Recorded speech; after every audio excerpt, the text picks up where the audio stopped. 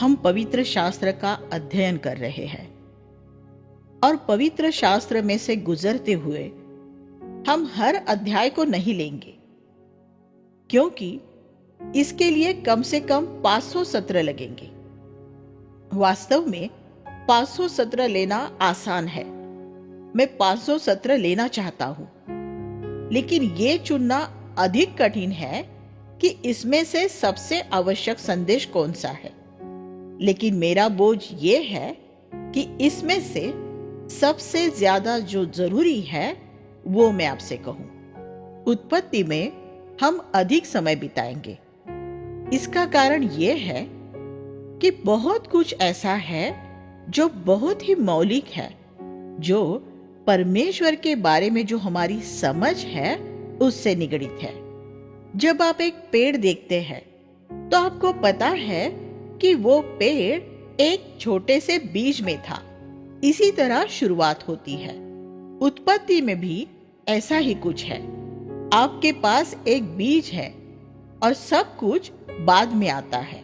Babylon अध्याय 10 में हम कैन और हाबिल से शुरू हुई दो धाराओं को बढ़ता हुआ देखते हैं, धार्मिकता और आत्मिकता। अगर ये दोनों धाराएं नास्तिकता और आत्मिकता होती तो इनके बीच का फर्क काले और सफेद की तरह स्पष्ट हो जाता। लेकिन धार्मिकता और आत्मिकता का फर्क मलाई और दूध जैसा होता है। तेज रोशनी में ही इन दो रंगों के बीच का फर्क देखा जा सकता है।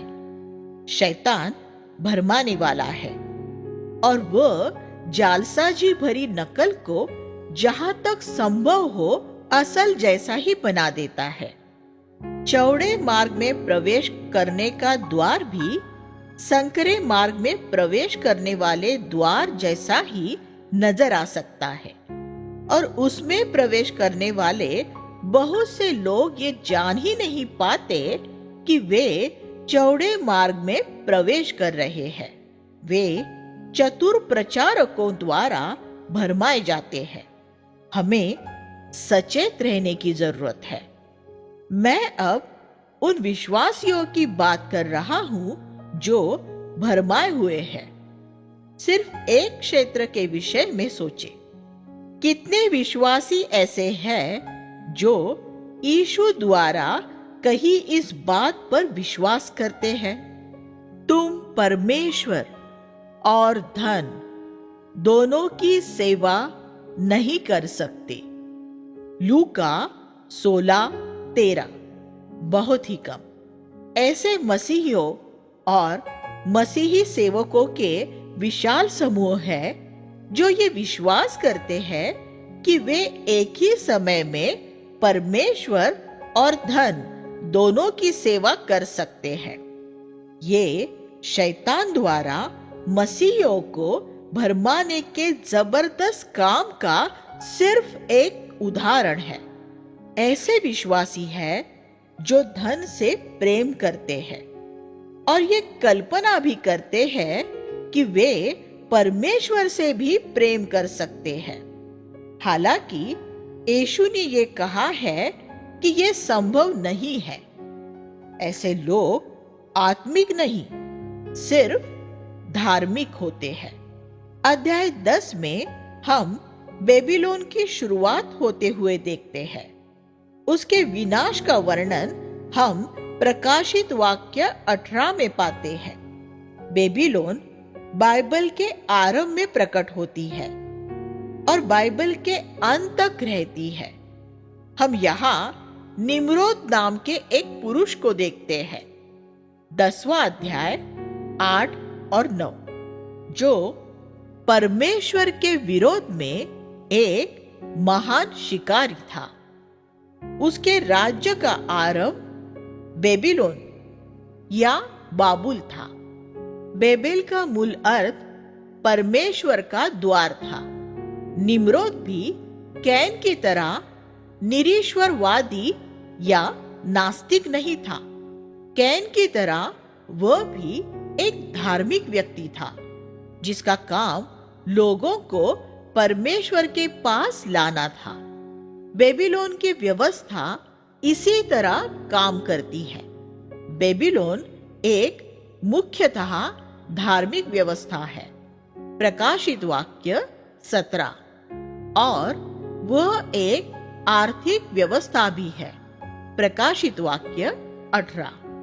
धन और परमेश्वर का काम जोड़ दिया जाता है और इस तरह बेबीलोन तैयार होता है और इसी तरह लोगों को भरमाया जाता है। वे सोचते हैं कि वे प्रभु का काम कर रहे हैं, लेकिन वे उस काम की तरफ इसलिए आकर्षित होते हैं क्योंकि उस काम में उनके कमाने के लिए धन भी है, उसमें कमाने के लिए नाम भी है। आज मसीहियत इस तरह की ही बन चुकी है। हम देखते हैं कि जो धन गरीब लोगों द्वारा प्रचारकों को परमेश्वर का राज्य बढ़ाने के लिए दिया जाता है, उससे वे आलीशान घर बनाते हैं और कीमती कारें खरीदते हैं और अपनी एक ऐसी जीवन शैली बना लेते हैं जो यीशु मसीह और उसके शिष्यों से कम फिल्मी सितारों से ज्यादा मिलती जुलती है। हमें उन पर दोष लगाने की जरूरत नहीं है, क्योंकि बाइबल हमें दोष लगाने के लिए मना करती है, लेकिन हमें उनका अनुसरण करने की भी जरूरत नहीं है। हमें उनसे भ्रमित होने की भी जरूरत नहीं है। इसके बजाय हम यीशु का अनुसरण करें। एक मसीही धार्मिक व्यवस्था जो लोगों को शोहरत, दौलत और ताकत देती हो, वो यकीनन बेबीलोनी व्यवस्था है। बेबीलोनी व्यवस्था ये दावा करती है कि वह लोगों को परमेश्वर का द्वार बाबुल दिखाती है, लेकिन असल में वह उन्हें नर्क के द्वार पर पहुंचाती है। यीशु ने कहा, द्वार मैं हूं। यूहन्ना 10:9। वह उस यरूशलेम का द्वार है जो परमेश्वर की सच्ची कलीसिया है। निम्रोद मसीह विरोधी का प्रतिरूप है जो भविष्य में प्रकट होने वाला है। यहाँ उसके लिए लिखा है कि वह एक पराक्रमी शिकारी था। शायद उन दिनों बहुत लोग जंगली जानवरों द्वारा मारे जा रहे होंगे और निम्रोद ने उनकी शिकार करने द्वारा लोगों को बचाया होगा और इस तरह उसने एक महान मुक्तिदाता के रूप में ख्याति प्राप्त की होगी। इस तरह वह एक वैश्विक अगुआ बन गया था।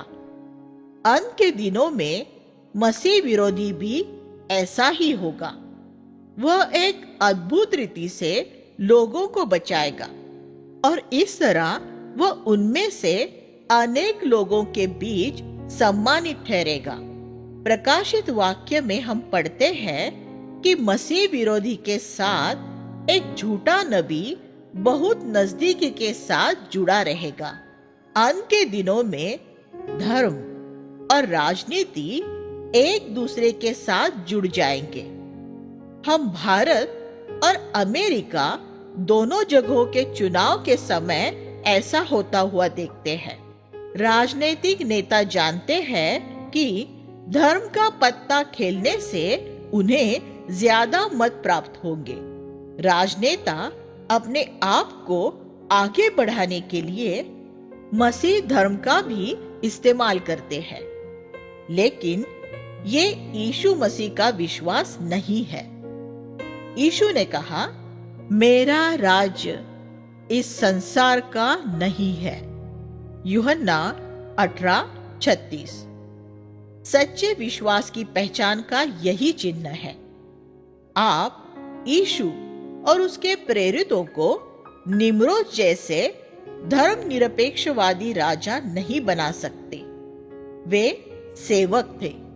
जब उन्होंने यीशु को पकड़कर अपना राजा बनाना चाहा, सिर्फ तभी ऐसा हुआ कि वह उनके बीच में से चला गया। उसने उनका राजा बनना न चाहा।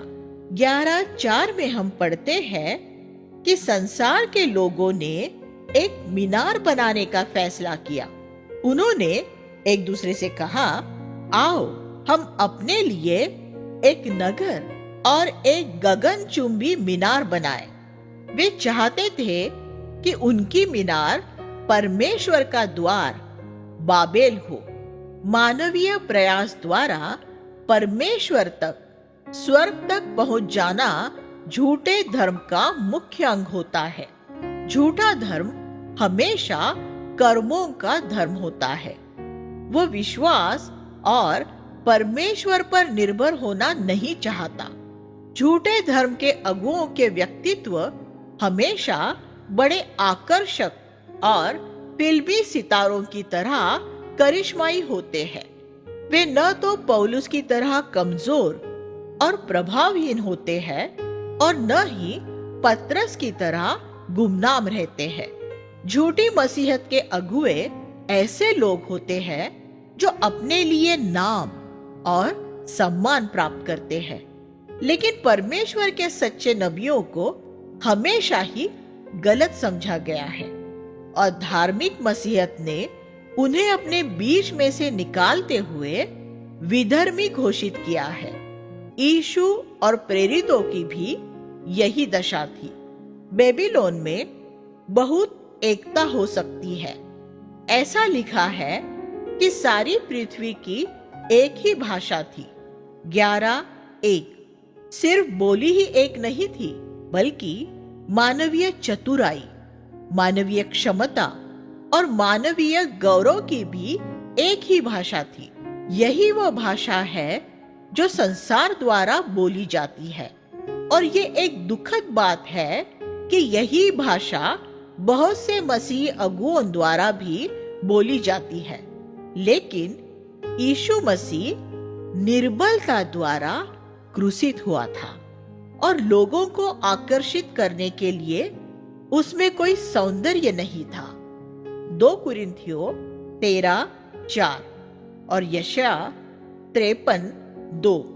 वह एक सेवक था जिसने लोगों के पैर धोए थे। वह कोई महानिर्देशक, अधीक्षक या पोप नहीं था। उसने अपने आप को एक सामान्य व्यक्ति, मनुष्य का पुत्र कहा और उसकी कोई पदवी नहीं थी।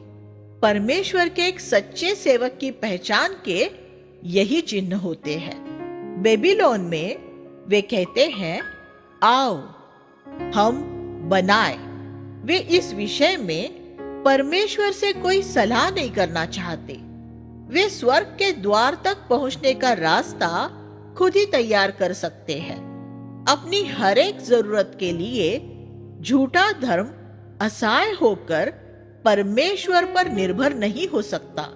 वे प्रार्थना करने वाले हो सकते हैं। सभी धर्मों में प्रार्थना होती है, लेकिन वह प्रार्थना निरर्थक होगी। बाल के पुजारियों ने करमेल पर्वत पर कई घंटे प्रार्थना की थी, लेकिन फिर भी कुछ नहीं हुआ था। एलिया ने 1 मिनट प्रार्थना की और स्वर्ग से आग गिरी। हम में से कुछ लोग घंटों तक प्रार्थना में गौरवान्वित महसूस कर सकते हैं। वह अच्छा हो सकता है। यीशु ने भी पूरी रात प्रार्थना में बिताई थी, लेकिन प्रार्थना का मूल्य सिर्फ तभी है जब वह एक ऐसी अभिव्यक्ति हो जिसमें हम परमेश्वर से मार्गदर्शन और मदद पाने के लिए उस पर असहाय रूप में निर्भर रहते हो। लेकिन बेबीलोन वासियों को परमेश्वर की इच्छा जानने की कोई जरूरत नहीं होती, क्योंकि वे मानवीय चतुराई पर निर्भर रहते हैं। झूठे धर्म की शुरुआत मनुष्य में से शुरू होती है, परमेश्वर में से नहीं। उसका आदर्श वाक्य होता है, आदि में मनुष्य। ये नहीं कि आदि में परमेश्वर, जैसा एक एक में है। झूठे धर्म का मूल मनुष्य में है। वह मनुष्य के बल द्वारा चलता है और मनुष्य को गौरवान्वित करने के लिए होता है। बाइबल निर्माण करने के लिए लकड़ी, भूसे और घास फूस का इस्तेमाल करने या सोने, चांदी और बहुमूल्य पत्थरों का इस्तेमाल करने की बात करती है। 1 कुरिन्थियों 3:12।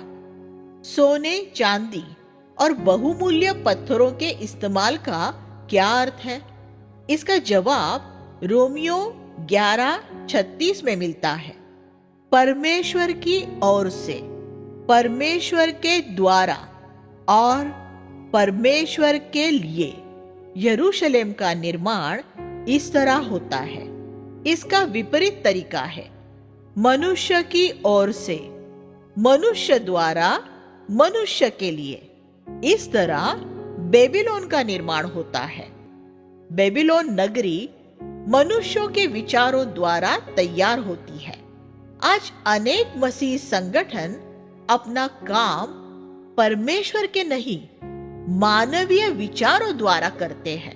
वे प्रेरितों की शिक्षा के अनुसार नहीं, बल्कि बहुराष्ट्रीय कंपनियों और बड़े व्यापारिक संगठनों के सिद्धांतों का अनुसरण करते हैं।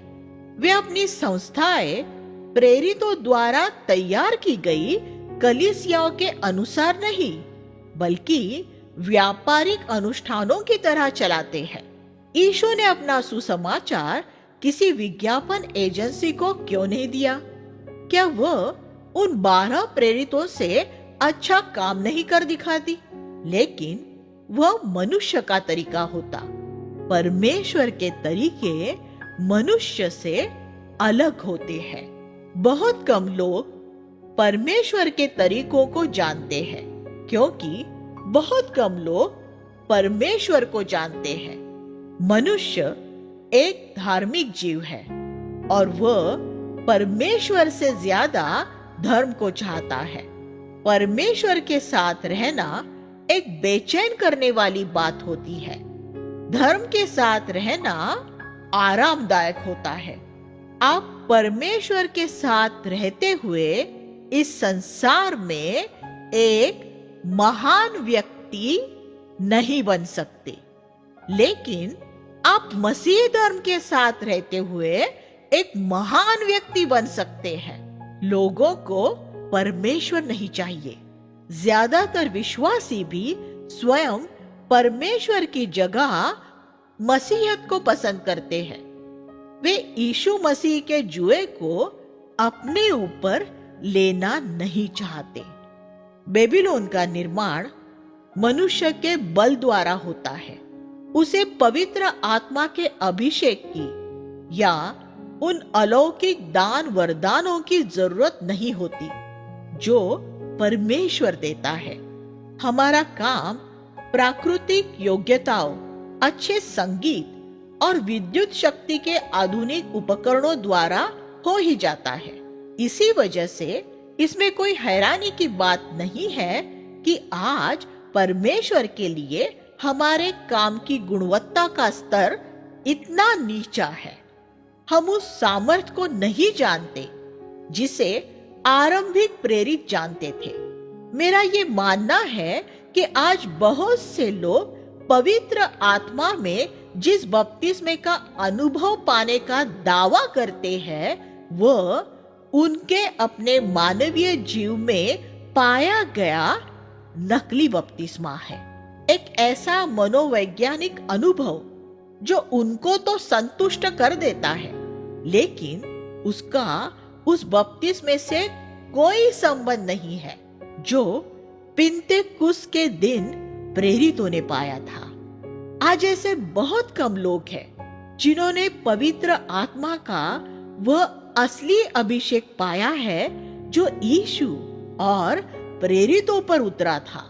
मैं आपसे आग्रह करना चाहता हूँ कि जिस सामर्थ की प्रतिज्ञा यीशु ने स्वर्ग में उठाए जाने से पहले अपने शिष्यों से की थी, आप भी वही असली सामर्थ पाने के खोजी बने। सिर्फ इस तरह ही हम परमेश्वर की सेवा कर सकते हैं। मैं ऐसा क्यों कहता हूं कि आजकल पवित्र आत्मा के नाम में जो कुछ हो रहा है उसमें से बहुत कुछ जालसाजी भरी नकल है, क्योंकि यीशु ने कहा कि तुम झूठे नबियों को उनके फलों से पहचान लोगे। आज जो पवित्र आत्मा से बपतिस्मा पाए हुए होने का दावा करते हैं, उनमें से ज्यादातर लोगों में धन का प्रेम बिल्कुल साफ नजर आता है। ऐसा फल यकीनन परमेश्वर की ओर से नहीं हो सकता, क्योंकि पवित्र आत्मा धन से प्रेम नहीं करता। ये लोग शक्ति, पद प्रतिष्ठा और मनुष्यों का सम्मान चाहते हैं। ये पवित्र आत्मा का फल नहीं है। फिर उनकी शक्ति जरूर किसी दूसरे स्रोत से, किसी अन्य आत्मा में से आ रही है। बेबीलोन मनुष्य की महिमा के लिए रचा जाता है। आओ हम अपने लिए नाम कमाएं। 11:4। वर्षों बाद हम दानियेल 4:30 में पढ़ते हैं कि राजा नबूकदनेस्सर ने उस बेबीलोन नगरी को देखा जिसे उसने बनाया था। मैंने सुना है कि उसे चौरस आकार में बनाया गया था, 25 किलोमीटर लंबी और चौड़ी, और उसकी दीवारें 87 फीट चौड़ी और 350 फीट ऊंची थी। उसमें एक झूलने वाला बाग था जो संसार के लिए एक अजूबा था। और नबूकदनेस्सर ने कहा, क्या ये महान बेबीलोन नहीं जिसे मैंने स्वयं अपने बाहुबल से, अपने प्रताप की महिमा और अपने राजसी निवास के लिए बनाया है? वह मनुष्य से, मनुष्य के द्वारा और मनुष्य के लिए बनाई गई थी। नबूकदनेस्सर का समय काल बेबीलोन की मीनार के बनाए जाने के 2000 वर्ष बाद का था, लेकिन उसमें वही आत्मा थी। नबूकदनेस्सर के 2500 साल बाद आज उसी आत्मा को हम मसीही जगत में काम करते हुए पाते हैं। ये बेबीलोन है, मनुष्य से, मनुष्य के द्वारा और मनुष्य के लिए, और ये पूरी तरह यरूशलेम के विपरीत है। 11:5 में हम पढ़ते हैं कि जिस नगर और मीनार को लोग बना रहे थे, उन्हें देखने के लिए प्रभु उतर आया। याद रखिए, जो कुछ हम बनाते हैं उसे देखने के लिए प्रभु उतर आता है। वो हमारी कलीसिया का संगठन का आकार देखने के लिए नहीं आता, लेकिन वो ये देखने के लिए आता है कि वो किस उद्देश्य से बनाया गया है, वो किसकी महिमा के लिए बनाया गया है। अगर वो बेबीलोन की मीनार के आकार को जांचने के लिए आया होता तो वो बहुत प्रभावशाली था, लेकिन उस समय परमेश्वर कुछ और देखने के लिए आया था। आज भी वो कुछ और ही देखने के लिए आता है। यरूशलेम, अब्राहम और मल्कीसिदक 12:1 में हम सच्चे यरूशलेम के निर्माण का आरंभ देखते हैं। ये अब्राहम से शुरू हुआ, जिसमें से इस्राएल बना, जिसकी राजधानी यरूशलेम थी।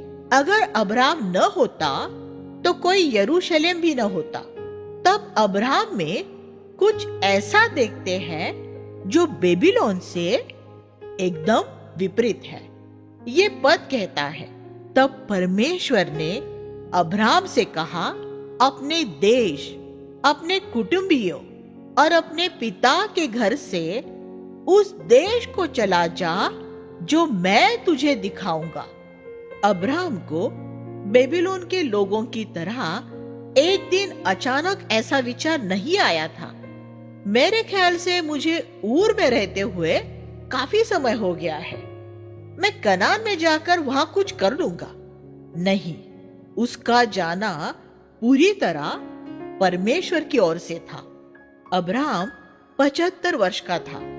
परमेश्वर की आवाज सुनने के लिए 75 वर्ष तक इंतजार करना और उसके बाद ही जाना अच्छा है। मूसा ने 40 साल तक चरवाहा बने रहकर इंतजार किया और फिर जब परमेश्वर ने उससे बात की, वो उसके बाद गया। और जरा सोचिए कि फिर उसने क्या हासिल किया था। मैं ये नहीं कह रहा हूं कि हमें 75-80 साल तक इंतजार करना चाहिए। मैं बस ये कह रहा हूं कि हमें जाने या करने से पहले परमेश्वर की आवाज सुनने का इंतजार करना चाहिए। लेकिन क्या आप सोचते कि 21वीं शताब्दी के अति व्यस्त मनुष्य के पास ऐसा करने का समय है या नहीं? मैं आभारी हूं कि जब मैं एक युवक ही था तब परमेश्वर ने मुझे एक पाठ सिखाया था। ऐसा न हो कि तुझे मनुष्य चलाए, ऐसा हो कि तुझे सिर्फ परमेश्वर ही चलाए। बहुत से अच्छे लोग, जिसमें मेरे सहकर्मी भी शामिल हैं, मुझसे बहुत से काम करने का आग्रह करते रहते हैं।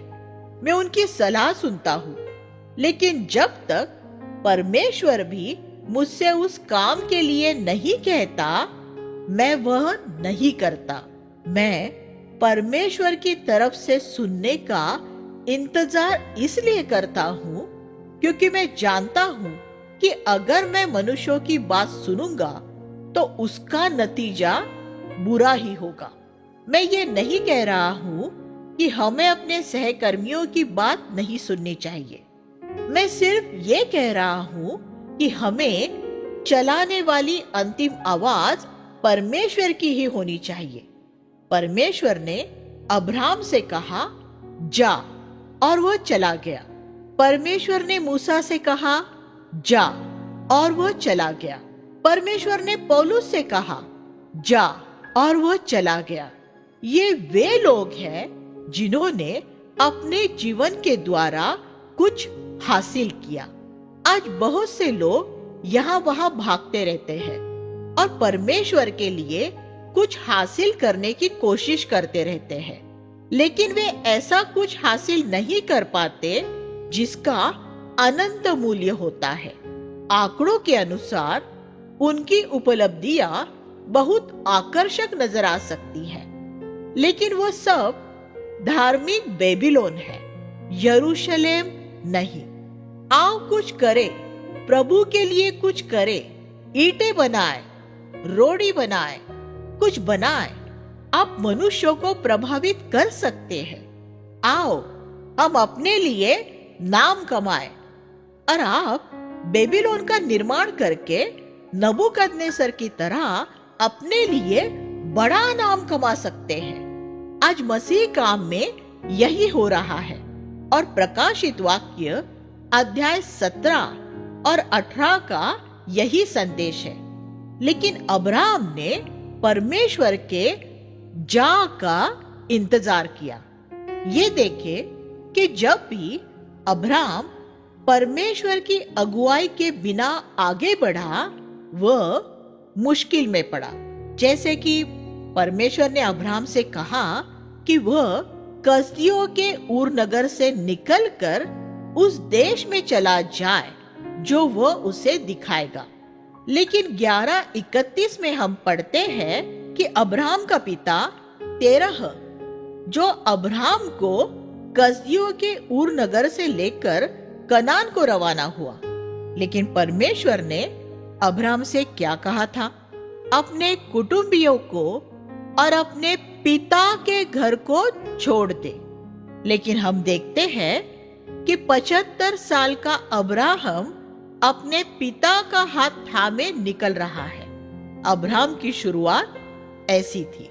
जो लोग आपको परमेश्वर की इच्छा पूरी करने से रोकेंगे, वे सबसे पहले आपके कुटुंबी ही होंगे। आपके माता पिता, आपके भाई, आपकी बहनें, आपकी पत्नी और बच्चे। यीशु ने कहा, अगर कोई मेरे पास आए और अपने माता पिता, पत्नी, बच्चों तथा भाई बहनों को अप्रिय न जाने, तो वह मेरा शिष्य नहीं हो सकता। लूका 14:26। हो सकता है कि आप प्रभु के पीछे चलना चाहें, लेकिन आपके पिता या आपकी पत्नी कहे नहीं। इस प्रकार तेरह ने अब्राहम को अपने साथ लिया और वे हारान तक आ गए। 11:31 और वही रहने लगे। परमेश्वर की ऐसी इच्छा नहीं थी, फिर वे वहां क्यों रहने लगे? ये तेरह का अपना विचार था। हारान में शायद पशुओं के लिए अच्छे चारागाह होंगे, लेकिन वह परमेश्वर की जगह नहीं थी और अब्राहम वहां अपने पिता के साथ रहने लगा। अब्राहम ऐसा व्यक्ति था जिसने गलतियां की थी, और सबसे पहली गलती उसने यही की कि उसने अपने पिता की बात सुनी, जबकि परमेश्वर ने उससे कुछ और ही कहा था। परमेश्वर ऐसे मामलों से आसानी से निपट सकता है। उसने मृत्यु द्वारा तेरह को हटा दिया। 11:32 तब यहोवा के वचन के अनुसार अब्राहम चल पड़ा। 12:4 आपके आगे बढ़ने से पहले क्या आपको ये इंतजार करने की जरूरत है कि परमेश्वर इस तरह का कुछ कठोर काम करे? अगर परमेश्वर आपसे प्रेम करता है तो वो कोई ऐसा कठोर काम कर सकता है, लेकिन अगर परमेश्वर ये देखेगा कि आपने स्वयं ही समझौता कर लिया है, तो वो ऐसा होने दे सकता है कि आप सारी जिंदगी हारान में ही गुजार दें और उसकी इच्छा पूरी करने से पूरी तरह चूक जाए। परमेश्वर के साथ चलना सीखे। उन संबंधियों की बात न सुने जो परमेश्वर को नहीं जानते। उस पिता से जरूर सीखे जो एक भक्त है, जो परमेश्वर को जानता है, लेकिन ऐसे पिता से नहीं जो परमेश्वर को नहीं जानता। यहां मैं एक आत्मिक सिद्धांत के अनुसार बात कर रहा हूं। अंततः अब्राहम जब कनान पहुंचा तो परमेश्वर ने अब्राहम को दर्शन देकर कहा, मैं ये देश तेरे वंश को दूंगा। 12वां अध्याय 5 और 7। और परमेश्वर ने अब्राहम को दोबारा परखा। परमेश्वर ने आदम को परखा और उसने अब्राहम को परखा, और वह आपको और मुझे भी परखेगा। इस बार वो परीक्षा उस देश में आए अकाल द्वारा हुई। 12वां अध्याय 10वां वचन। अगर परमेश्वर ने आपको कनान में जाने के लिए कहा है और अगर कनान में अकाल पड़ जाए तो आप क्या करेंगे? तब आप या तो अपनी इंद्रियों की साक्षी के अनुसार जिएंगे या उसके अनुसार जो परमेश्वर के पवित्र आत्मा ने आपसे कहा है। एक बहुत सुंदर पद है जो यीशु के विषय में इस तरह कहता है, वह न तो मुंह देखा न्याय करेगा, न कानों से सुनकर निर्णय लेगा। यशाया 11वां अध्याय 3 और 4। लेकिन मनुष्य इस तरह नहीं जीता। अगर हम कनान में अकाल की बात सुनते हैं तो जो कुछ हमारी आंखें देखती है, कान सुनते हैं और हमारा चतुर मन हमें कहता है, हम उसके अनुसार फौरन फैसला करते हैं। हम यही फैसला करते हैं कि निश्चय ही अब कनान वह जगह नहीं है जहां हमें रहना चाहिए। हमें आगे निकल जाने की जरूरत है। हमें परमेश्वर से पूछने की जरूरत नहीं रहती, क्योंकि हम अपनी ज्ञानेंद्रियों के अनुसार जी रहे हैं। अब्राहम ने भी वही किया। अब्राहम मिस्र को चला गया। 12:10। उसे मिस्र में जाने के लिए किसने कहा था? परमेश्वर ने नहीं, उसकी ज्ञानेंद्रियों ने। क्या परमेश्वर अकाल के समय एक व्यक्ति को जीवित रख सकता है? धन्य है वह मनुष्य जो प्रभु पर भरोसा रखता है, वह अकाल के समय भी सूखा न रहेगा। यिर्मयाह 17वां अध्याय 5 से 8।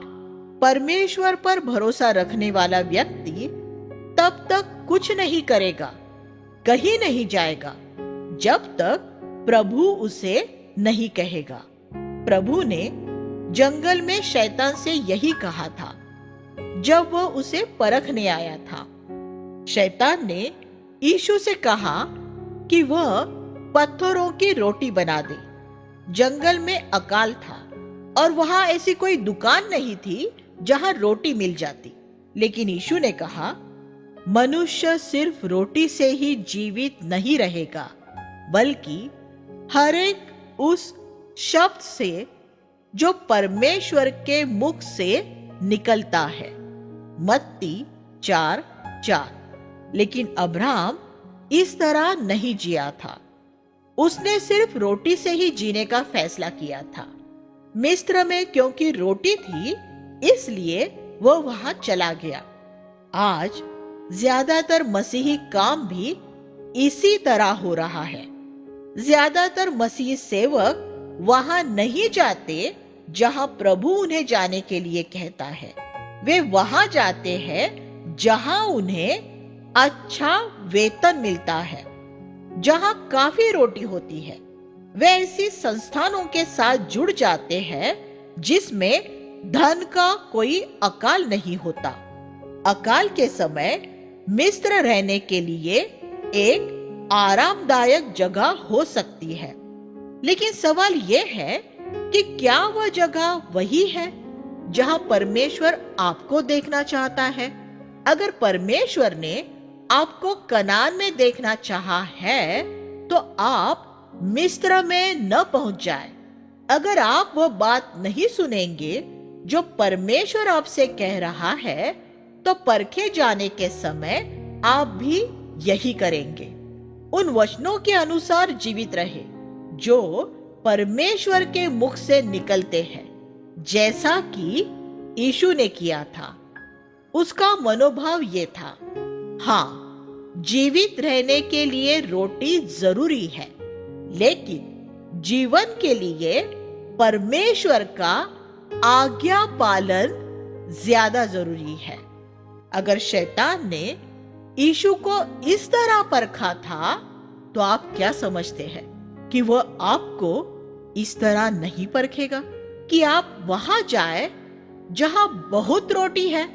अगर आप एक पूर्णकालिक मसीह सेवक है और आप एक आर्थिक संकट में हैं, तो शैतान आपसे एक दूसरे संगठन में या एक दूसरी कलीसिया में जाने के लिए कहेगा जहां आपको ज्यादा पैसा मिलेगा।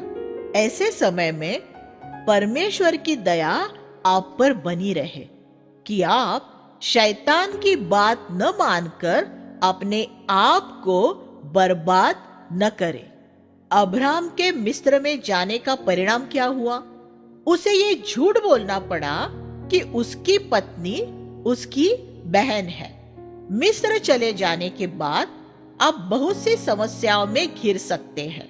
आपको झूठ बोलना पड़ेगा, गलत लेखा देना होगा, ऐसी बातें कहनी होगी जो 100% सच नहीं होगी, अपने विवेक के साथ समझौता करना पड़ेगा आदि। सारा उस समय 65 या 70 साल की स्त्री रही होगी, लेकिन अगर मिस्र के राजा फिरौन ने उसे अपने महल में शामिल करना चाहा था, तो वह जरूर बहुत सुंदर होगी। ये अफसोस की बात है कि अब्राहम अपनी पत्नी को भ्रष्ट किए जाने के लिए हरम में ले जाते हुए देखता रहा, लेकिन तब भी उसने अपने प्राण को ज्यादा प्रिय जाना और उसने फिरौन को सच नहीं बताया। जब हम एक संकट भरी परिस्थिति में आ जाते हैं, तभी हम ये जान सकते हैं कि हम सत्य से प्रेम करते हैं या नहीं। इस तरह हम देखते हैं कि महान अब्राहम भी एक ऐसा व्यक्ति था जिसने बड़ी गलतियां की थी। पहले वो अपने पिता का हाथ थामे रहा और उसने परमेश्वर की आज्ञा नहीं मानी। फिर अपनी जान बचाने के लिए उसने झूठ बोला, जबकि उसमें वो अपनी पत्नी को भी खो रहा था। परमेश्वर ने ऐसे मनुष्य को चुना था, एक निर्बल और स्वार्थी व्यक्ति। अब्राहम हमारे जैसा ही था और ये हमारे लिए उत्साहवर्धक बात है। परमेश्वर हमें भी इस्तेमाल कर सकता है, लेकिन परमेश्वर ने अब्राहम को दोनों ही परिस्थितियों में से बचाया। परमेश्वर ने उसे हारान में से छुड़ाया और परमेश्वर ने सारा को फिरौन से छुड़ाया। और अगर हमने भी गलतियां की हैं, लेकिन परमेश्वर ये देखता है कि हमारे हृदय भी अब्राहम की तरह निष्ठावान है, तो वो हमें भी छुड़ाएगा। इससे हमें उत्साह मिलता है। फिरौन ने झूठ बोलने के लिए अब्राहम को डांटा था। 12वां अध्याय 18वां वचन। क्या आप ऐसी कल्पना कर सकते हैं कि एक मूर्ति पूजक राजा परमेश्वर के एक नबी को झूठ बोलने के लिए फटकार रहा है? अनेक बार परमेश्वर के लोग ऐसे समझौते कर लेते हैं जिसमें सांसारिक लोगों को उन्हें सुधारना पड़ता है। हमारे मिस्र में जाने से ये होता है। अब मैं एक ज्यादा गंभीर बात कहना चाहता हूँ। मिस्र में कुछ ऐसा हुआ जिसका प्रभाव अगले 4000 वर्षों पर होता रहा। जब अब्राहम मिस्र में गया तो उसने वहां ये देखा कि धनवान लोगों के घरों में स्त्री सेविकाएं होती है और उसने भी अपने घर में ऐसी सेविका दासी रखनी चाहिए। इसलिए उसने हाजिरा नाम की एक दासी रख ली। जब वह मिस्र से आया तो वह उसे भी अपने साथ ले आया। अब तंबू में सारा को ही सब काम नहीं करना पड़ता था। हाजिरा उसकी मदद करती थी। बाद में जब सारा के बच्चे नहीं हुए तो हाजिरा ने इसमें भी उसकी मदद की। हाजिरा द्वारा इश्माएल पैदा हुआ, जिसके वंशज पिछले 4000 साल से इसहाक के वंशजों से संघर्ष कर रहे हैं। लेकिन इसकी शुरुआत एक व्यक्ति से हुई जिसने एक बार परमेश्वर की बात नहीं सुनी। आप कह सकते हैं, लेकिन मैं तो ज्यादातर परमेश्वर की ही बात सुनता हूँ। अच्छी बात है, लेकिन हम यहाँ सिर्फ एक बार परमेश्वर की बात न सुनने के परिणाम देख रहे हैं। मेरी आशा है कि संदेश की गंभीरता सबके मन में उतर सके। वे कौन हैं जो यरूशलेम का निर्माण कर सकते हैं? वे पुरुष जो परमेश्वर की सुनते हैं। जब अकाल पड़ जाए तो हमें ये कहते हुए परमेश्वर की बात जोहनी चाहिए, प्रभु तू मेरे लिए क्या चाहता है? हो सकता है प्रभु हमें कहीं जाने के लिए कहे या न भी कहे। वर्षों बाद परमेश्वर ने अकाल के समय याकूब को मिस्र जाने के लिए कहा था, लेकिन इस समय अब्राहम के लिए परमेश्वर की ये इच्छा नहीं थी। अगर परमेश्वर आपको कहीं जाने के लिए कहता है तो जाइए। अगर परमेश्वर आपको पत्थरों की रोटी बनाने के लिए कहता है तो बनाइए। और अगर परमेश्वर आपको कोई दूसरी कलीसिया में जाने के लिए कहता है तो जाइए, लेकिन परमेश्वर के बोलने का इंतजार कीजिए। ये जरूरी बात है। अब मैं आपको अब्राहम के विषय में कुछ अच्छी बात बताता हूँ। मैं ये बातें सिर्फ ये बताने के लिए कह रहा हूँ कि अब्राहम हमारे ही जैसा एक सामान्य व्यक्ति था। हमें भी अपनी निष्फलताओं से निराश नहीं होना चाहिए। 13:7 में हम पढ़ते हैं कि अब्राहम के सेवकों और लूत के सेवकों में झगड़ा हुआ। अब्राहम और लूत ने मिस्र में से बहुत सा पशुधन पा लिया था और अब इस संपत्ति से समस्याएं पैदा होने लगी थी। संपत्ति हमेशा समस्या पैदा करती है।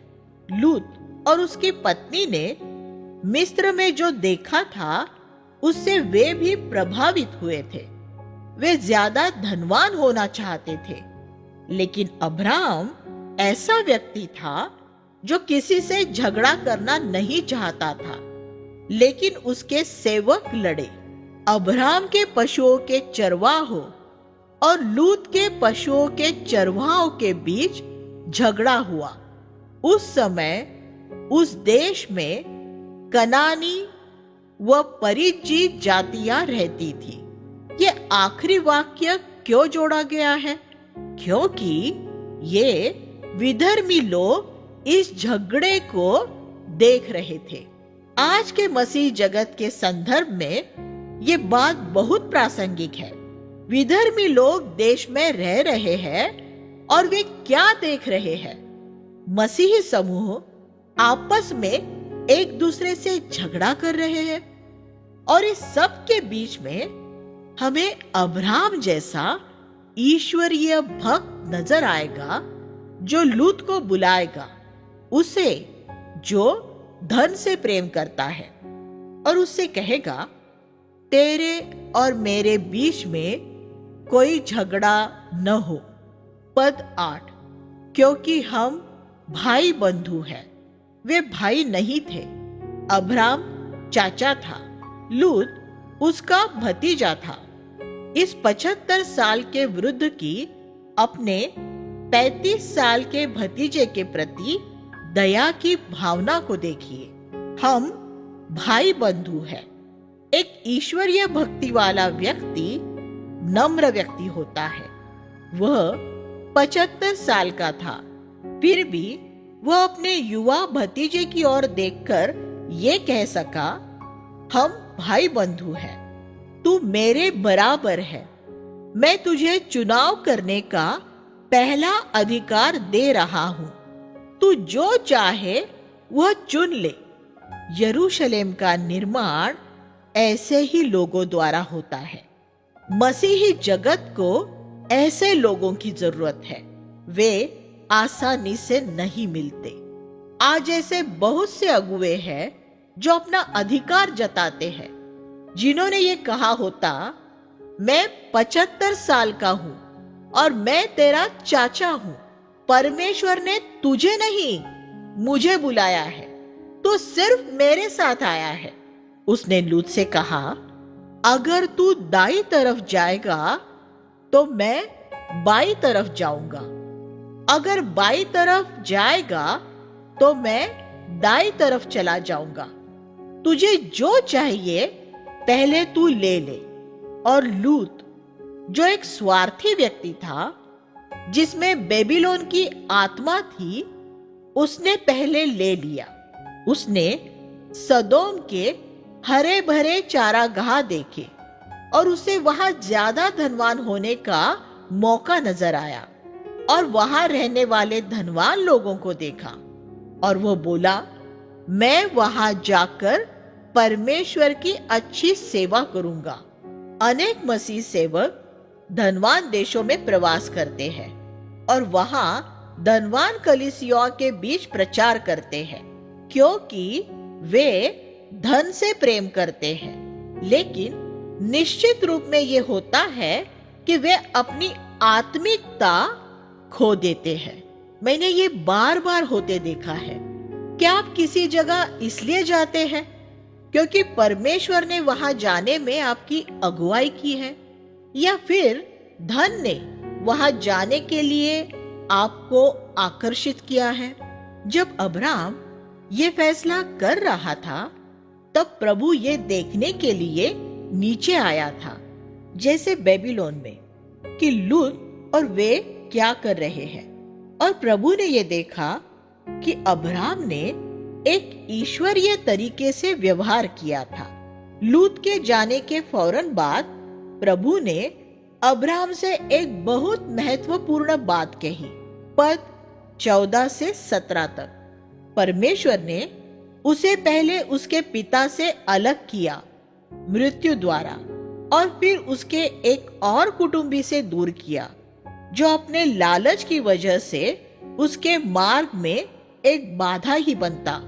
प्रभु ने कहा, अब तू अकेला है और मैं तुझे जहां भेजना चाहता हूं वहां भेज सकता हूं, और तुझे जो बनाना चाहता हूं वो बना सकता हूं। जो कुछ हुआ है वो मैंने देखा है। क्या आप जानते हैं कि परमेश्वर मनुष्यों के बीच होने वाले हर एक लेन देन को देखता है? वो हमारे मनोभाव देखता है। क्या आपने अपने किसी अधिकार को सिर्फ इसलिए छोड़ दिया है क्योंकि आप एक मसीह है? तब परमेश्वर आपसे कहता है, मैंने ये देखा है।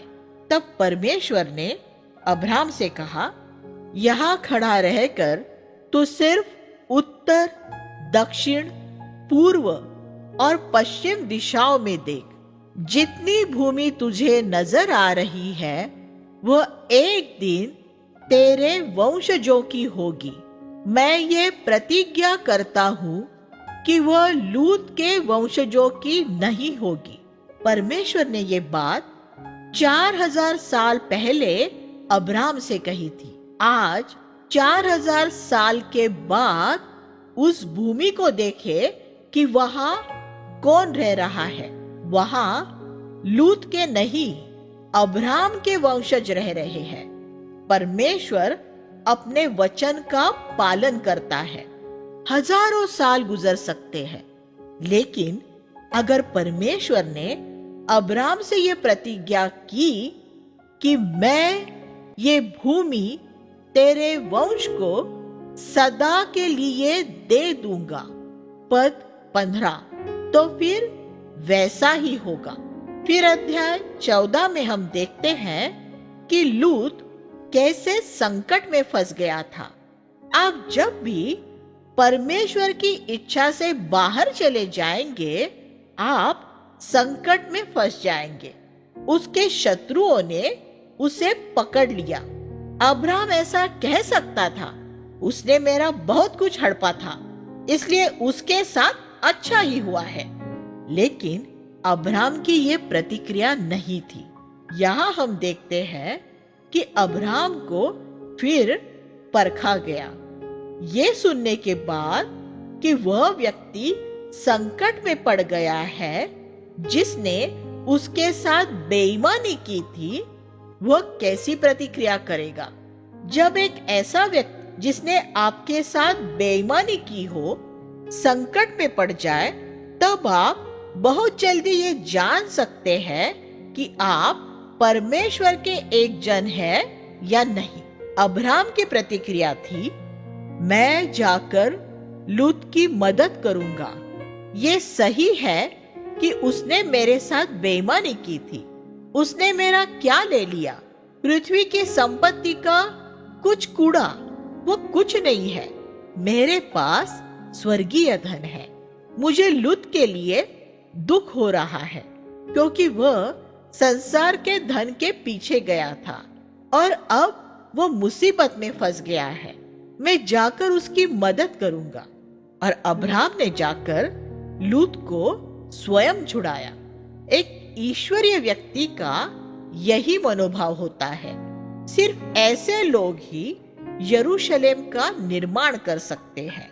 उस युद्ध में से लौटते समय अब्राहम थक गया था और शायद उसे यह गर्व भी हो रहा था कि उसने सिर्फ अपने 318 सेवकों द्वारा ही अनेक राजाओं की सेनाओं को हरा दिया था।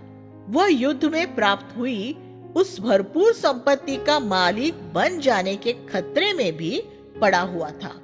उन दिनों जो कोई युद्ध जीतता था तो शत्रु का सारा सोना और चांदी भी उसका हो जाता था। उस समय परमेश्वर ने अपना एक सेवक अब्राम के पास भेजा। वह कितना अनोखा दृश्य था। एक अनजान व्यक्ति जिसका नाम मलिकिसिदक था, जो उस रेगिस्तान में रहता था, वह परमेश्वर के साथ जुड़ा हुआ था। 14:18 में आप उसके विषय में पढ़ते हैं। मलिकिसिदक के महत्वपूर्ण होने की ये वजह है कि भजन संहिता 110:4 में यीशु को मलिकिसिदक की रीति के अनुसार याजक कहा गया है और इब्रानियों का अध्याय 7 इसकी पुष्टि करता है। पवित्र शास्त्र में सिर्फ यही एक जगह है, 14वां अध्याय 18 से 20, जिसमें मलिकिसिदक का वर्णन है। बस सिर्फ 3 पद है। मलिकिसिदक प्रकट होता है, अपनी सेवकाई पूरी करता है और लुप्त हो जाता है, और परमेश्वर ने अपने पुत्र से कहा, तू मलिकिसिदक की रीति के अनुसार सदा के लिए याजक होगा। ऐसा याजक नहीं जो लेवी की रीति के अनुसार है, जो पुरानी वाचा का याजक पद है। ये पुरुष मलिकिसिदक जो बाइबल के सिर्फ 3 पदों में पाया जाता है, इतना महत्वपूर्ण कैसे हो गया? इसका कारण जानना हमारे लिए अच्छा है। सबसे पहली बात ये कि वह शालेम का राजा था। 14:18 यरूशलेम जैसा कि हमने देखा है, सच्ची कलीसिया का चित्र है, जो बेबीलोन से बिल्कुल विपरीत है। यीशु इस कलीसिया में मलिकिसिदक के अनुसार याजक है और हमें भी इसी रीति के अनुसार याजक होना है। यीशु यरूशलेम में राजा है और हमें भी राजा होने के लिए बुलाया गया है। हमारे प्रभु ने हमें राजा बनाया है और हम पृथ्वी पर राज करेंगे। हमें पाप पर राज करने और अपने मनोवेगों पर राज करने के लिए बुलाया गया है। मलिकिसिदक ने क्या किया था? सबसे पहले तो वह अब्राम और उसके सेवकों के लिए खाना लेके आया था। मसीहत बहुत व्यावहारिक है। अगर एक व्यक्ति थका मांदा है तो उसे एक प्रचार की नहीं, खाने की जरूरत है। एक भूखे व्यक्ति को खाना देने में कुछ अनात्मिक नहीं है। उसके लिए आप ये सबसे बड़ा आत्मिक काम कर सकते हैं। जब एलिया थका हुआ था तो स्वर्ग से एक दूत ने आकर उसे 2 बार खाना दिया था। 1 राजा 19:6-8। मृतकों में से जी उठने के बाद जब एक सुबह यीशु ने अपने शिष्यों को सारी रात मछली पकड़ने के बाद थके मांदे आते हुए देखा तो उसने उनके लिए खाना तैयार रखा। यूहन्ना 21:9। ये सच्ची आत्मिकता है। जहाँ जरूरत है वहाँ लोगों को भोजन और अन्य भौतिक वस्तुओं से मदद करना। मलिकिसिदक के याजक पद का ये पहला भाग है। आगे लिखा है कि फिर मलिकिसिदक ने अब्राहम को आशीष दी। 14:19। उसने अब्राहम की आलोचना नहीं की। मलिकिसिदक की रीति में कोई आलोचनात्मक आत्मा नहीं है। नहीं, उसमें सिर्फ आशीष है। उसने उसे कैसे आशीष दी? उसने कहा, स्वर्ग और पृथ्वी के सृष्टिकर्ता परम प्रधान परमेश्वर की ओर से अब्राम धन्य हो। उसने अब्राम को ये याद दिलाया कि परमेश्वर स्वर्ग और पृथ्वी का मालिक है, इसलिए उसे युद्ध में मिले सोने और चांदी को नहीं लेना चाहिए। वह अब्राम को लालच करने से बचा रहा था। फिर उसने कहा, परम प्रधान परमेश्वर की धन्य है जिसने तेरे शत्रुओं को तेरे वश में कर दिया। उसने अब्राम को ये याद दिलाया कि परमेश्वर ने उसे जय दिलाई है और इस तरह उसने उसे गर्व से बचाया। मलकीसदक ने ये कैसे जाना कि अब्राम की ये 3 मुश्किलें थी कि वह थका हारा था और उसे खाने की जरूरत थी, कि वह लालच और गर्व के खतरे में पड़ा हुआ था और उसकी सेवकाई ने इन तीनों जरूरतों को पूर्ण रूप में कैसे पूरा किया। मलकीसदक की सेवकाई ऐसे तीरों की तरह थी जो सीधे अपने लक्ष्य के मर्मस्थान को भेदने वाले थे। उसका भेद ये था कि वह प्रतिदिन परमेश्वर की बात सुनने वाला व्यक्ति था। वह अपने ही विचारों की ज्योति में नहीं, लेकिन परमेश्वर के वचन के अनुसार चलने वाला व्यक्ति था। लोगों की जरूरतों को भरपूरी से पूरा करने वाली नबूवत की सभी सेवकाइयों का यही भेद होता है। एक दिन जब मलकीसदक परमेश्वर की बाट जो रहा था, तब परमेश्वर ने उससे कहा, उठ, लगभग 400 लोगों के लिए एक अच्छी मात्रा में खाना ले और ये 2 वाक्य का संदेश ले और सब ले जाकर मेरे एक सेवक को दे दे जिससे तू कभी नहीं मिला है और जो अमुक अमुक रास्ते पर यात्रा कर रहा है। जैसे फिलिपुस गाजा के मार्ग पर इथियोपियाई खोजा से मिलने गया था, मलकीसदक भी उठा और चला गया, जबकि वो ये भी नहीं जानता था कि वह किससे मिलने वाला है। जब वह उस जगह पर पहुंचा जिसके विषय में परमेश्वर ने उसे कहा था, तो उसे अब्राहम मिला। उसने उसे खाना दे दिया, संदेश भी दे दिया और अपने घर लौट गया। कैसे जबरदस्त सेवकाई है! लोगों को आशीष देकर लुप्त हो जाना और कोई भेंट या सराहना पाने के लिए इंतजार भी न करना। मलकीसदक का याजक पद वह है जो सेवकाई करने के बाद लुप्त हो जाता है। यरूशलेम ऐसे याजकों द्वारा तैयार किया जाता है। एक दिन परमेश्वर अब्राहम को उसके तंबू के बाहर ले गया और उससे बोला, आकाश की ओर देख और अगर गिन सकता है तो तारों को गिन, तेरा वंश भी ऐसा ही होगा। 15:5। उस समय तक अब्राहम का कोई बच्चा ही नहीं था। आकाश में लाखों करोड़ों तारे हैं और ऐसा लिखा है कि अब्राहम ने परमेश्वर पर विश्वास किया। पद 6। विश्वास के लिए इब्रानी भाषा का शब्द है अमन, जिससे अंग्रेजी का एमेन, हिंदी और उर्दू का आमीन बना है, जिसका अर्थ होता है मैं विश्वास करता हूं कि ऐसा ही होगा। इसलिए जब परमेश्वर ने अब्राहम से कहा कि तेरा वंश आकाश के तारों की तरह होगा, तो अब्राहम ने सिर्फ इतना कहा, आमीन, मैं विश्वास करता हूं कि ऐसा ही होगा, और वह पूरा हो गया। आज अब्राहम के बच्चे शारीरिक और आत्मिक करोड़ों की संख्या में है, जब परमेश्वर ने आपसे कुछ कहा हो तब विश्वास का अर्थ आमीन कहना है। विश्वास हमेशा परमेश्वर के वचन पर आधारित होता है।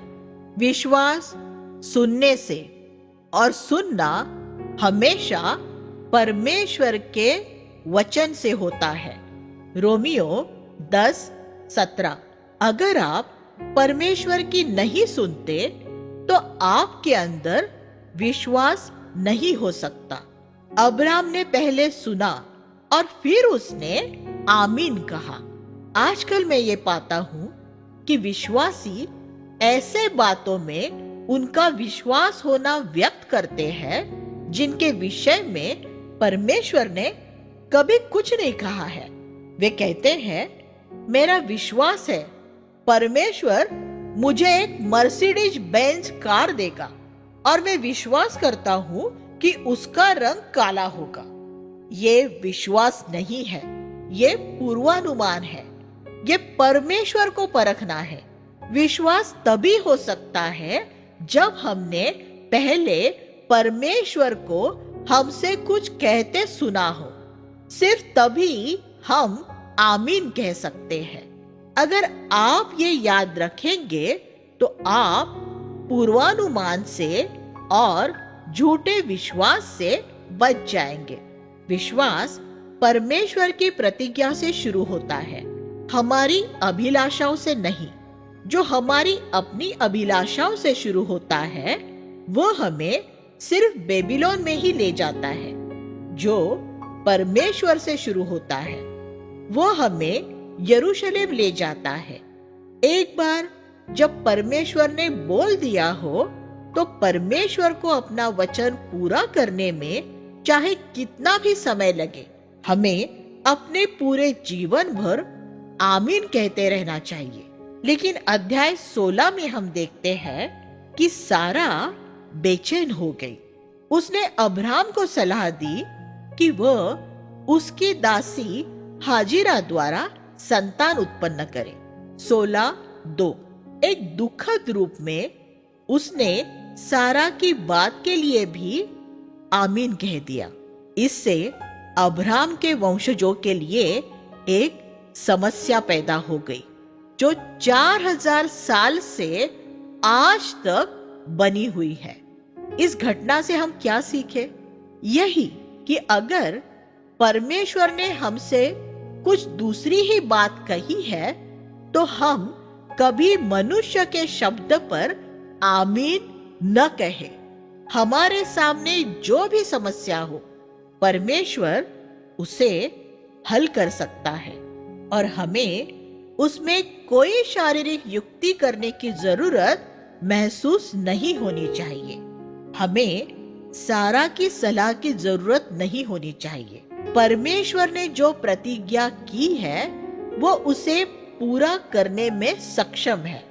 इस तरह इश्माइल का जन्म हुआ। 16:15। यह एक बात पर ध्यान दे, जब इश्माइल का जन्म हुआ तब अब्राहम की उम्र 86 साल की थी। अगला पद तब आगे बढ़ता है जब अब्राहम 99 साल का हो गया था। 16वां अध्याय 16वां वचन और 17:1। इन 13 सालों के बीच क्या हुआ? प्रभु खामोश रहा। प्रभु अब्राहम से फिर तब मिला जब वह 99 साल का हुआ। ऐसा लगता है जैसे प्रभु अब्राहम से कह रहा हो, तूने सारा की बात पर आमीन कहा, इसलिए अब तुझे एक दुखद पाठ सीखना होगा।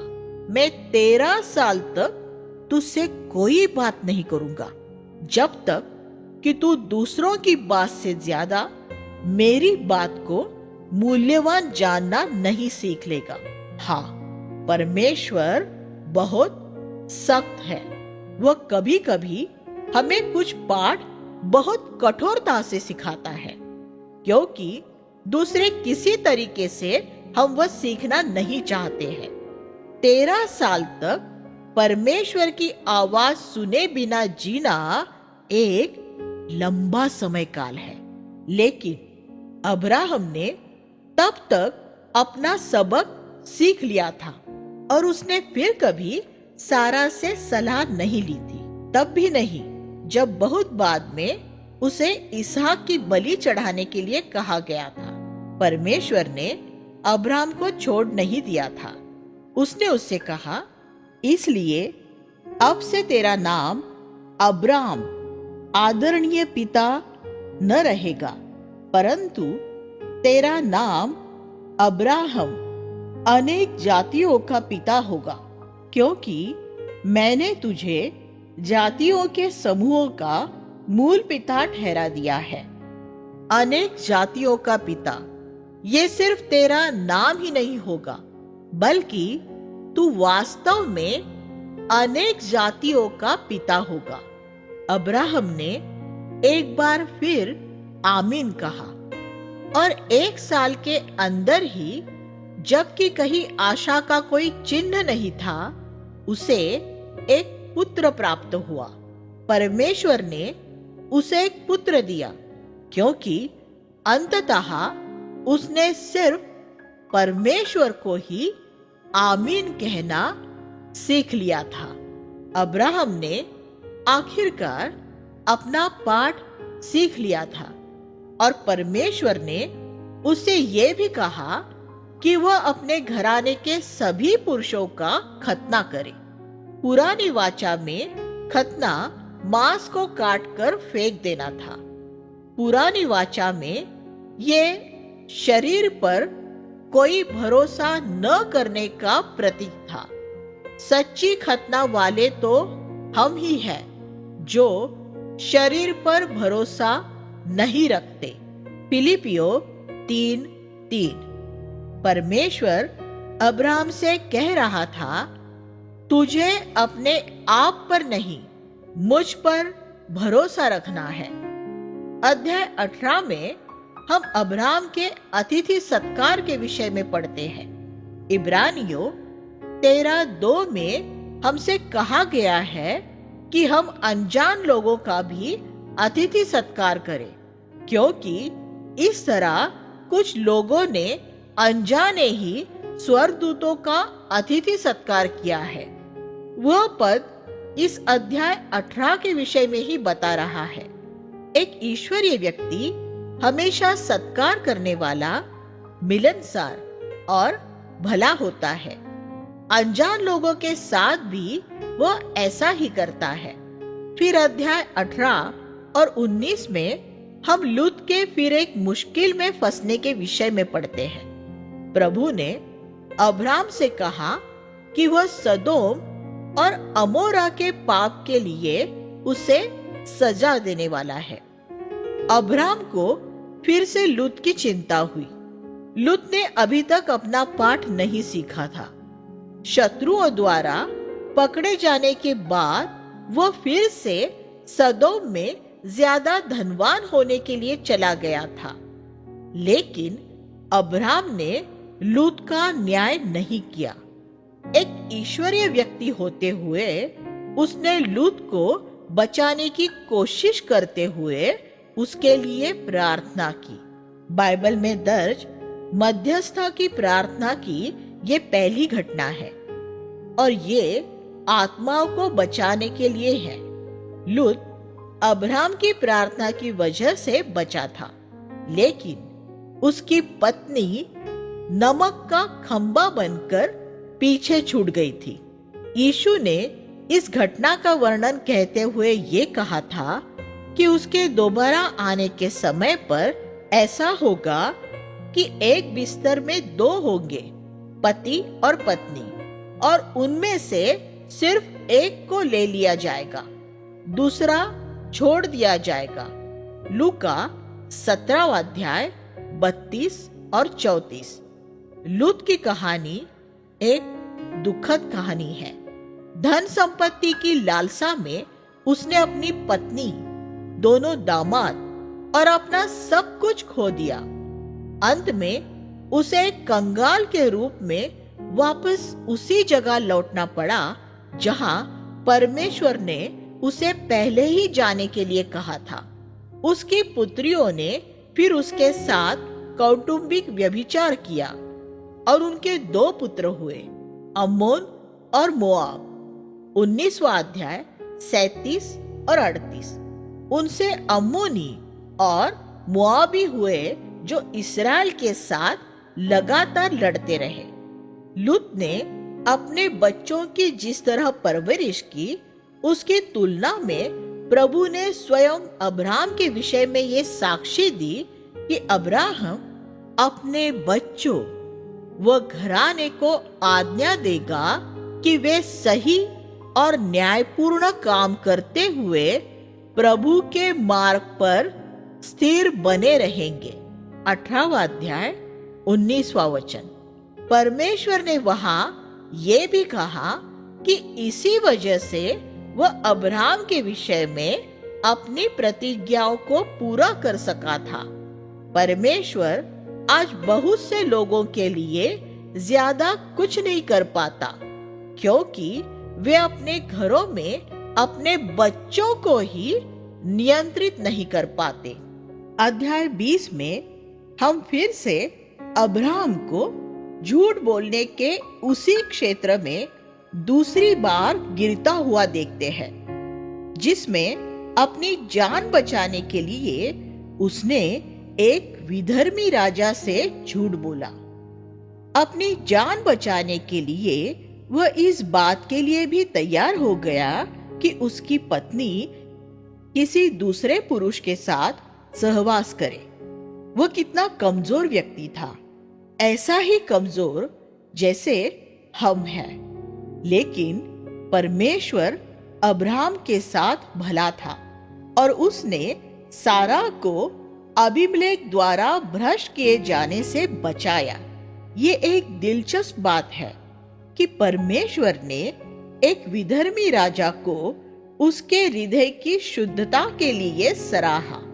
20:6। परमेश्वर ने उसे कहा कि उसके हृदय की शुद्धता की वजह से ही उसने उसे सारा के साथ व्यभिचार करने से रोका था। परमेश्वर आज भी हृदय के शुद्ध किसी भी युवक की इसी तरह मदद कर सकता है, जैसे उसने 4000 साल पहले एक विधर्मी राजा की मदद की थी। हम 20:17 और 21:2 में एक अद्भुत बात देखते हैं। हम अब्राहम को अबीमेलेक के घराने की अनेक बांझ स्त्रियों के लिए प्रार्थना करता हुआ पाते हैं, जबकि उस समय स्वयं उसकी पत्नी बांझ थी। हमें दूसरों के लिए ऐसी बातों को प्रार्थना में मांगने के लिए एक बड़े हृदय की जरूरत होती है, जो हमने स्वयं परमेश्वर से नहीं पाया है। उसके लिए भी हम औरों के लिए प्रार्थना करते हैं। जब अब्राहम ने ये प्रार्थना की, तब न सिर्फ उन स्त्रियों के बच्चे हुए, बल्कि बांझ सारा भी गर्भवती हुई और उसने इसहाक को जन्म दिया। जो दूसरों की खेती सींचता है, उसकी भी सींची जाएगी। नीति वचन 11:25। जब अय्यूब ने दूसरों के लिए प्रार्थना की, तो परमेश्वर ने दूसरों को और अय्यूब को आशीष दी। अय्यूब 42:10। लेकिन अब्राहम ने 25 साल तक वह पाने का इंतजार किया, जिसकी परमेश्वर ने उससे प्रतिज्ञा की थी। राजा अबीमेलेक ने इसहाक के जन्म की बात सुनी, तो वह अब्राहम से मिलने आया और उसने उससे कहा, निश्चय ही परमेश्वर तेरे साथ है। 21:22। जब हम परमेश्वर के प्रति विश्वास योग्य रहते हैं, तो वह विधर्मियों पर भी ये प्रकट कर देता है कि वह हमारे साथ है। अध्याय 22 में हम ये देखते हैं कि बाइबल में पहली बार परमेश्वर ने एक व्यक्ति के विषय में ये कहते हुए साक्षी दी, मैं अब जान गया हूं कि तू मेरा भय मानता है। ये तब हुआ जब अब्राहम ने इसहाक को बलि चढ़ाने के लिए दे दिया। अब्राहम उस समय 125 साल का था और परमेश्वर ने उसे फिर परखा था। इस बार ये परखा जाना इस बात में था कि क्या अब्राहम अब भी परमेश्वर को पहले की तरह सबसे बढ़कर प्रेम करता है या नहीं।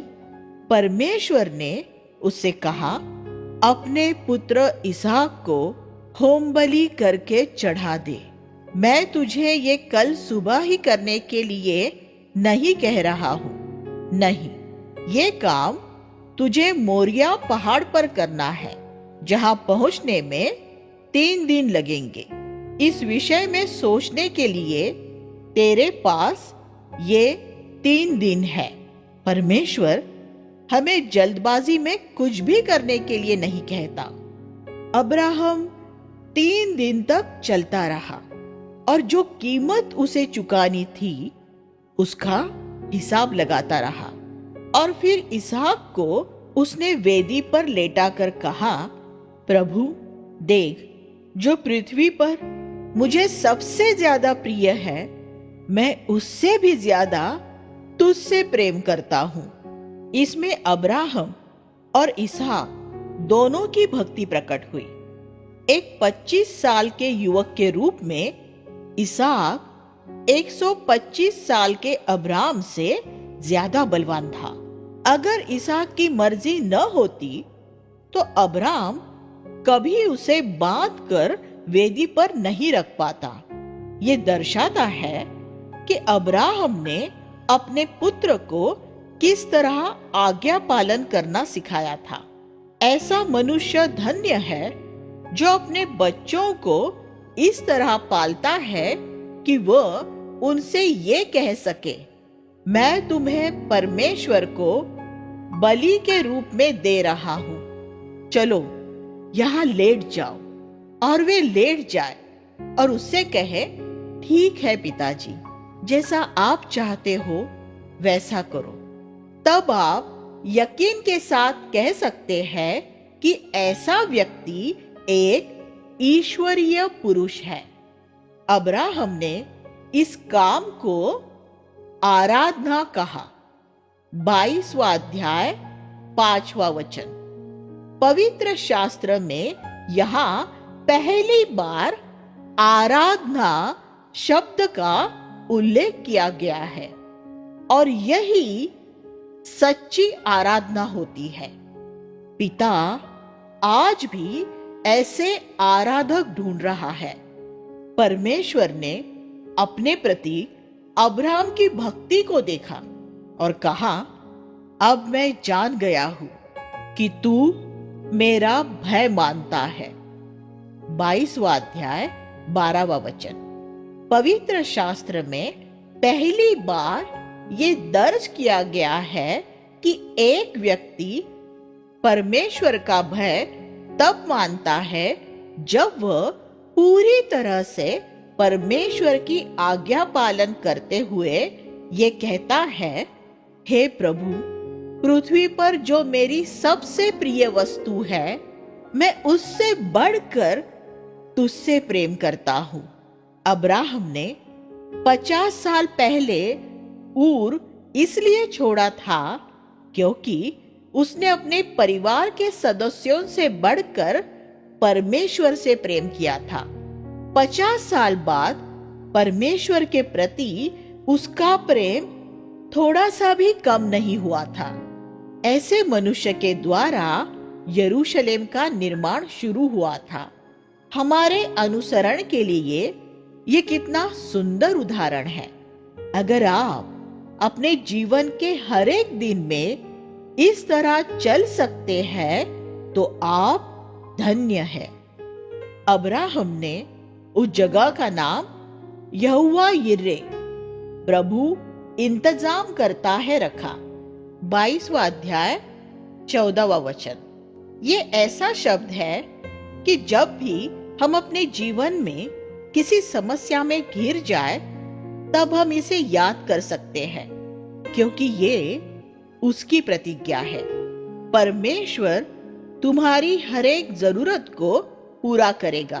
फिलिपियो 4:19। मोरिया पर्वत पर ही ऐसा हुआ कि अब्राहम को परमेश्वर के उस हृदय की एक झलक नजर आई जो 2000 साल बाद अपने पुत्र को बलि चढ़ाने के लिए देने वाला था। यीशु ने यूहन्ना 8:56 में इसका उल्लेख किया।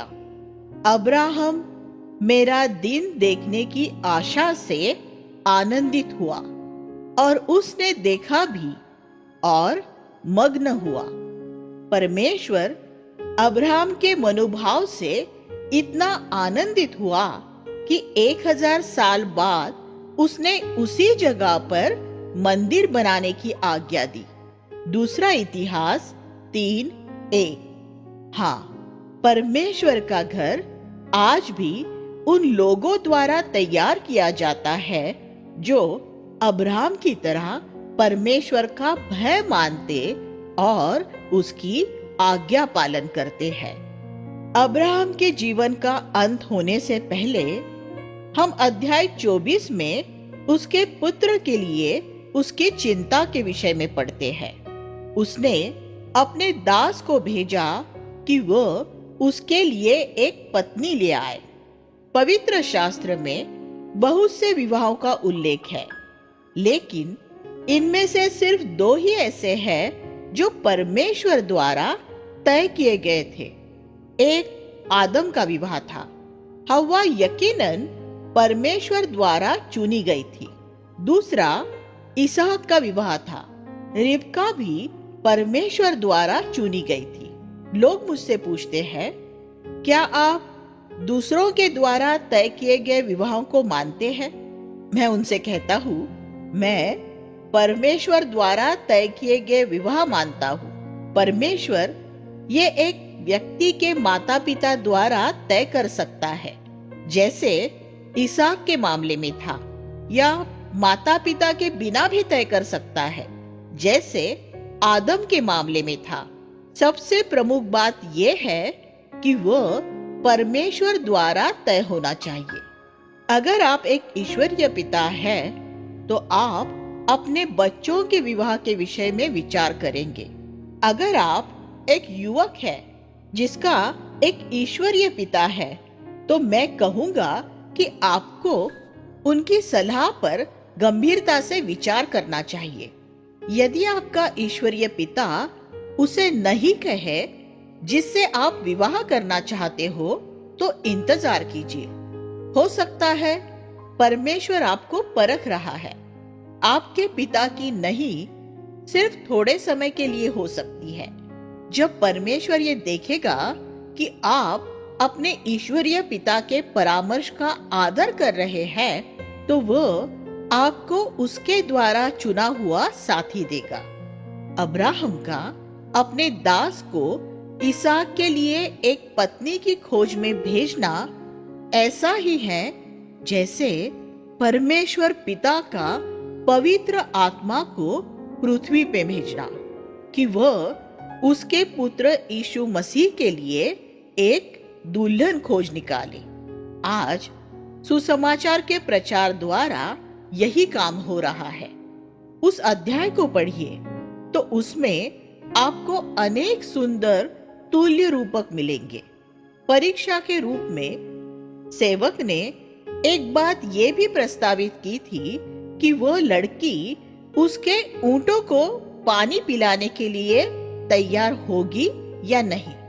आप जानते हैं कि ऊंट बहुत पानी पीते हैं। अब्राहम का सेवक ये जानना चाहता था कि वह लड़की दया करने वाली और कड़ी मेहनत करने वाली है या नहीं। और रिबका ऐसी ही लड़की थी। वह एक संकोची लड़की भी थी, क्योंकि 24:16 से यह स्पष्ट पता चलता है कि उसे अजनबी लोगों को देखने में, जैसे अब्राहम का दास जो कुएं के पास खड़ा था, कोई दिलचस्पी नहीं थी। उसने अपने घड़े में पानी भर लिया था और वह अपने घर जाने की तैयारी में थी। तब अब्राहम के दास ने अपना निवेदन उसके सामने रखा। आपको इस तरह की पत्नी की जरूरत है और पिता भी मसीह के लिए पृथ्वी पर इसी तरह की दुल्हन खोज रहा है। परमेश्वर ने अब्राहम के सेवक को अपनी प्रभु सत्ता में सही व्यक्ति रिबका के पास पहुंचाया। वह सेवक फिर रिबका को लेकर 700 किलोमीटर की लंबी और खतरनाक यात्रा पर निकला, जिसमें शायद 1 महीने का समय लगा होगा। मेसोपोटामिया से कनान तक की वह यात्रा इस संसार में मसीह की दुल्हन के रूप में हमारी यात्रा का एक चित्र है। आपको क्या लगता है कि उस लंबी यात्रा के दौरान सेवक ने रिबका से क्या बात की होगी? मुझे यकीन है कि उसने उससे इसहाक के विषय में ही बात की होगी। आपको क्या लगता है कि हमारी लंबी यात्रा में पवित्र आत्मा हमसे क्या बात करना चाहता है? यीशु के विषय में, किसी धर्म सिद्धांत के विषय में नहीं, स्वर्ग के विषय में नहीं, सिर्फ और सिर्फ प्रभु यीशु के विषय में। और मुझे यकीन है कि रिबका भी इसहाक के विषय में ही सुनना चाहती होगी। मैं भी अपनी लंबी यात्रा में पवित्र आत्मा से अपने अनोखे मुक्तिदाता के विषय में, जब तक कि मैं उसे आमने सामने नहीं देख लेता, जैसे रिबका ने इसहाक को देखा, ज्यादा से ज्यादा सुनना चाहता हूं। और एक दिन मैं भी रिबका की तरह अपने स्वामी के तंबू में प्रवेश कर उसकी दुल्हन बनूंगा। क्या आपके अंदर भी यह अभिलाषा है? अध्याय 24 की यही विषय वस्तु है। आइए हम प्रार्थना करें। हे स्वर्गीय पिता, हमें अपने वचन की सच्चाई के लिए दिल में विश्वास करने के लिए मदद कीजिए। अब्राहम के पदों पर चलने के लिए विश्वास करने वाले व्यक्ति जिसने गलतियां की लेकिन आपके ऊपर विश्वास रखा, ऐसा ही विश्वास रखने के लिए हमें सिखाइए। प्रभु यीशु के नाम से आमीन।